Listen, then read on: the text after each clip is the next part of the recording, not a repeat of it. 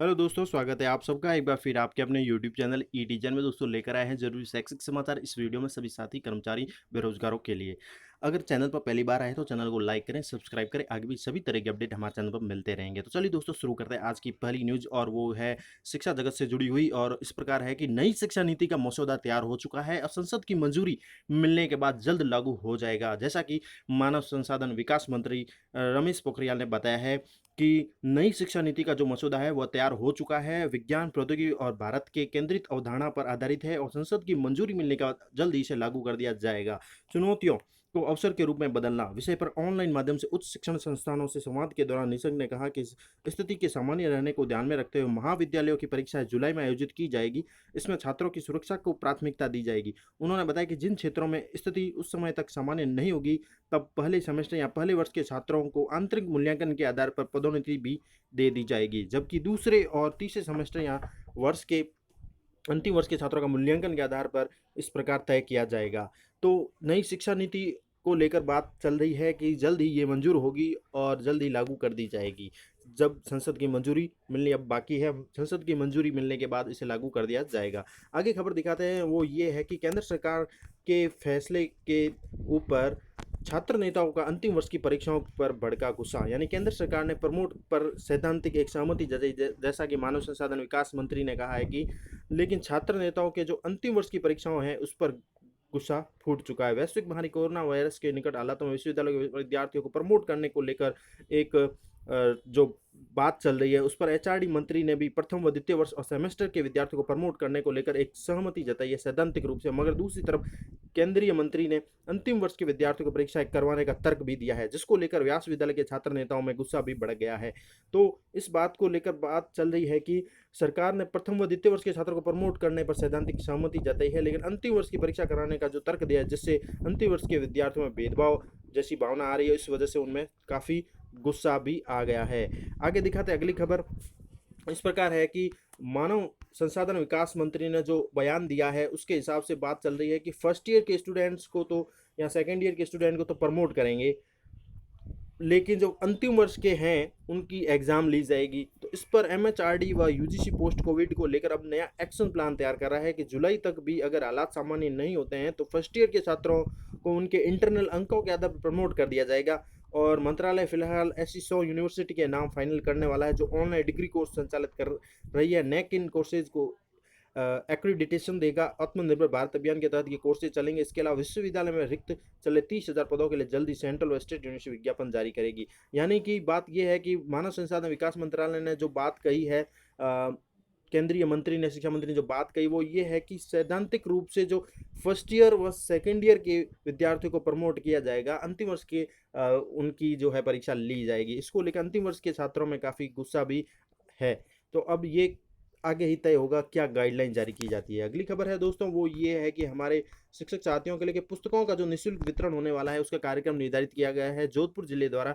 जोधपुर में राजस्थान राज्य पाठ्य पुस्तक वितरण केंद्र जो बासनी है तंबोलिया जोधपुर द्वारा शिक्षा सत्र 2020-21 के लिए कक्षा 1 से 12 की निःशुल्क पुस्तकों का पंचायत समिति वार जो वितरण कार्यक्रम निर्धारित किया गया है, जिसमें उन्होंने बताया है कि 1 से 17 जून तक प्रथम चरण की पुस्तकों का वितरण किया जाएगा।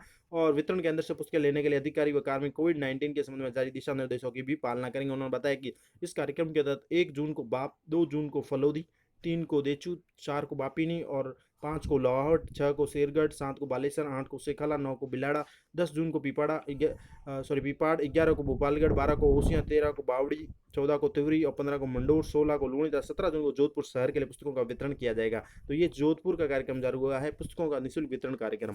आगे खबर है दोस्तों शिक्षा जगत से जुड़ी हुई, वो ये है कि बाल आयोग के निर्देश आए हैं कि ऑनलाइन शिक्षा से बच्चों में तनाव की शिकायत बढ़ रही है और उन्होंने गाइडलाइन दी है कि 30 मिनट से लंबी नहीं होनी चाहिए ऑनलाइन क्लास, क्योंकि ऑनलाइन क्लास को लेकर मुख्य तौर पर 15 बिंदुओं को लेकर एडवाइजरी जारी की गई है। ऑनलाइन क्लास 30 मिनट से लंबी तो किसी भी सूरत में नहीं होनी चाहिए, जिससे विद्यार्थी क्या है कि कोरोना काल में आसानी से पढ़ाई कर सकते। सप्ताह में 2 दिन ऑनलाइन पढ़ाई से छुट्टी भी दी जानी चाहिए। कोरोना की वजह से देश भर में ऑनलाइन क्लास का क्रेज चल रहा है, लेकिन बच्चों में तनाव की समस्या भी सामने आने लगी है। इसी को लेकर बाल आयोग ने जो है बैठक की और इसके बाद उन्होंने ऑनलाइन क्लास को लेकर एडवाइजरी जारी की है कि सरकारी और निजी स्कूल कोचिंग संस्थानों को 30 मिनट से अधिक ऑनलाइन क्लास नहीं देने के निर्देश दिए हैं। आयोग के अध्यक्ष संगीता बेनीवाल ने ऑनलाइन पढ़ाई के बीच बच्चों को कम से कम 2 दिन ऑफ रखने का भी जिक्र किया, यहाँ छुट्टी देने की बात कही। सावधानी भी बहुत जरूरी है ऑनलाइन पढ़ाई के साथ साथ।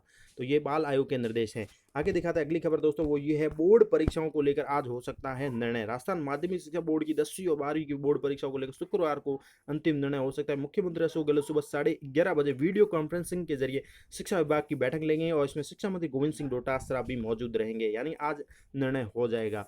इसके अलावा है आरपीएससी चेयरमैन को पत्र लिख लंबित भर्तियों को शीघ्र पूरा करने की मांग की गई है। राजस्थान बेरोजगार हकीकत महासंघ ने आरपीएससी चेयरमैन को पत्र लिखा है कि भर्तियों में हो रही गड़बड़ी और आंसर की में जो गलतियां आ रही है, इसको लेकर जो परिणाम भी जारी किए जा रहे हैं उनमें काफ़ी गड़बड़ियां आ रही है। इसके चलते बेरोजगार युवाओं में काफ़ी निराशा है। आरपीएससी की ओर से यदि शीघ्र इन गलतियों को दूर नहीं किया गया तो भर्तियां नहीं करवाई गई तो कार्यालय जो बेरोजगार युवा आरपीएससी कार्यालय के चेयरमैन का घेराव करेंगे। और राजस्थान बेरोजगार एकीकृत महासंघ के जो है उपेन्द्र यादव ने बताया कि आरपीएससी की हर भर्ती की तिथि, फॉर्म भरने, इंटरव्यू परीक्षा में त्रुटियों सहित विभिन्न खामियों के कारण उनको प्रदर्शन करना पड़ता है। आरपीएससी के साथ गिर रही है वही पीड़ित बेरोजगारी से आरपीएससी चेयरमैन सहित अन्य अधिकारी भी नहीं मिलते हैं। महासंघ की ओर से मुख्यमंत्री को पत्र लिखकर विदेशी कंपनियों को भारत में आमंत्रित करने और उनमें 75% बेरोजगारों को रोजगार दिलाने की मांग की है। बेरोजगारों को प्राथमिकता देकर उन्हें इन कंपनियों में रोजगार दिया जाए और अटकी हुई भर्तियां जल्द से जल्द पूरी की जाए, ये मांग की गई है। नहीं तो वो जो है एक तरह से घेराव करेंगे चेयरमैन का, ऐसा कहा है बेरोजगार हकीकत महासंघ ने। तो विभिन्न प्रकार की भर्ती अटकी हुई है उसको जल्द पूरा करने और विभिन्न तरह की जो समस्याएं हैं उसको दूर करने की बात कही है ये सब बेरोजगार युवाओं ने। आगे खबर है दोस्तों, वो है शिक्षा जगत से जुड़ी हुई, वो ये है कि आसान होगा हमारे इनकम टैक्स से रिलेटेड सभी शिक्षक साथियों के लिए, कर्मचारियों के लिए कि आसान होगा रिटर्न भरना। 1 जून से लागू होगी प्रक्रिया। अब टैक्स के साथ संपत्ति खरीदी जैसे खास लेन देन स्वतः ही दिख जाएंगे। इनकम टैक्स को लेकर बड़ी खबर है कि इनकम टैक्स ऑनलाइन भरना 1 जून से आसान हो जाएगा। इसमें लॉगिन करते जो करते हैं हम, अब तक जमा टैक्स के अलावा करदाता द्वारा किए गए खास तरह के ट्रांजैक्शन होते हैं जैसे जमीन, कार खरीदी, बैंक में जमा आदि की भी जानकारी सामने आ जाएगी। वित्त मंत्रालय से जुड़े कुछ नियम गुरुवार को जारी कर दिया है। यह बदलाव 1 जून से लागू हो जाएंगे। इस बदलाव की घोषणा बजट में की गई थी। सीए निखिल तोतुका के मुताबिक अब तक ऑनलाइन टैक्स जमा करने में सिर्फ जमा हुए टैक्स की जानकारी मिलती थी, लेकिन इन बदलावों से करदाताओं को भरे गए टैक्स व देनदारी दोनों मिल जाएगी। यानी कि आधार कार्ड धारकों को अब ई केवाईसी से तुरंत मिलेगा पैन। वित्त मंत्री निर्मला सीतारमण ने गुरुवार को पैन के तत्काल आवंटन की सुविधा शुरू कर दी है। इसमें आधार कार्ड धारकों को ई केवाईसी के जरिए तुरंत पैन कार्ड भी जारी हो जाएगा। आवेदकों को ई पैन निःशुल्क जारी किया जाएगा। इस सुविधा से पैन जारी करने की प्रक्रिया पेपरलेस भी हो गई है। इसकी घोषणा बजट 2020 में की गई थी। तो आधार कार्ड वालों के लिए भी अच्छी खबर है, ई केवाईसी से तुरंत उनको पैन मिलेगा। और इनकम टैक्स रिटर्न के जो है नियम चेंज हुए 1 जून से लागू होने वाले हैं। ये 1 जून से और आसान हो जाएगा। टैक्स के साथ संपत्ति खरीद जैसे जो लेन देन है वो भी दिखाई देंगे। आगे खबर है दोस्तों, वो ये है कि सुखाड़िया विश्वविद्यालय ने ग्रीष्मकालीन अवकाश 15 जून तक बढ़ाया और 1 जुलाई से यूजी पीजी की फाइनल ईयर सेमेस्टर की परीक्षाएं करवाई जा सकती है। आगे खबर है दोस्तों इस प्रकार, मजदूरों को लेकर सुप्रीम कोर्ट का बड़ा फैसला आया है। वो ये है कि प्रवासी मजदूरों पर सुप्रीम कोर्ट का फैसला यह है कि गुरुवार को उन्होंने कहा है कि मजदूरों से किसी भी प्रकार का किराया वसूला नहीं जाएगा, यानी मजदूरों से नहीं वसूला जाएगा किराया।